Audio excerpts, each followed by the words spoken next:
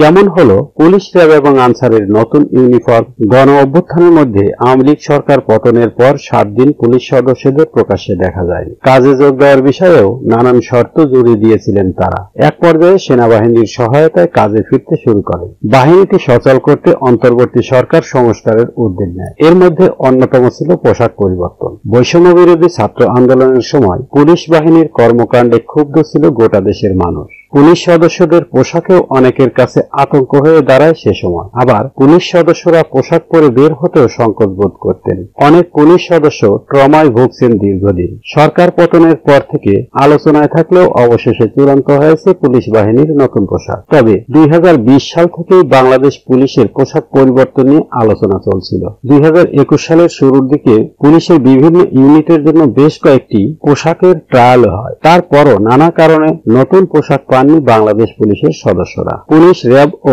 Answer বাহিনীর পোশাক পরিবর্তনের সিদ্ধান্ত হয়েছে। সিদ্ধান্ত অনুযায়ী পুলিশের নতুন পোশাক হচ্ছে আয়রন রঙের, র্যাবের অলিভ রঙের আর আনসার বাহিনীর জন্য গোল্ডেন হুইট রঙের। সাবেক আইজিপি নুরুল হুদা বলেন, পোশাকের রং পরিবর্তন করলে বাহিনী পরিবর্তন হয় না। ব্রিটিশ আমলে পুলিশ খাকি পোশাক পরত। খাকি পোশাক এখনো শ্রীলঙ্কান পুলিশ পরে। তাদের দক্ষতা তো কমে যায়নি। এক কথায় পুলিশ বাহিনীর কর্মক্ষমতার সঙ্গে পোশাকের কোনো সম্পর্ক নেই। সোমবার সচিবালয়ে আইন শৃঙ্খলা সংক্রান্ত উপদেষ্টা পরিষদ কমিটির সভা শেষে সংবাদ সম্মেলনে এ তথ্য জানান স্বরাষ্ট্র উপদেষ্টা লেফটেন্যান্ট জেনারেল মোহাম্মদ জাহাঙ্গীর আলম চৌধুরী। জানা যায়, পুলিশ, র্যাব ও আনসার বাহিনীর জন্য যে 3টি রঙের পোশাক বাছাই করা হয়েছে সেগুলো প্রধান উপদেষ্টার অনুমোদন পেলে আনুষ্ঠানিকভাবে পোশাক দেওয়া হবে মাঠ পর্যায়ের পুলিশকে। তবে বিশেষজ্ঞরা বলছেন, পুলিশ সদস্যের নিজেদের কার্যকলাপ যদি পরিবর্তন না করা যায় তবে পোশাক পরিবর্তন করে খুব বেশি কাজে আসবে না। আগেও অনেকবার পোশাক পরিবর্তন হয়েছে, কিন্তু পুলিশের কোনো পরিবর্তন হয়নি। পোশাক পরিবর্তনের সঙ্গে পুলিশের মনোভাব পরিবর্তনও জরুরি।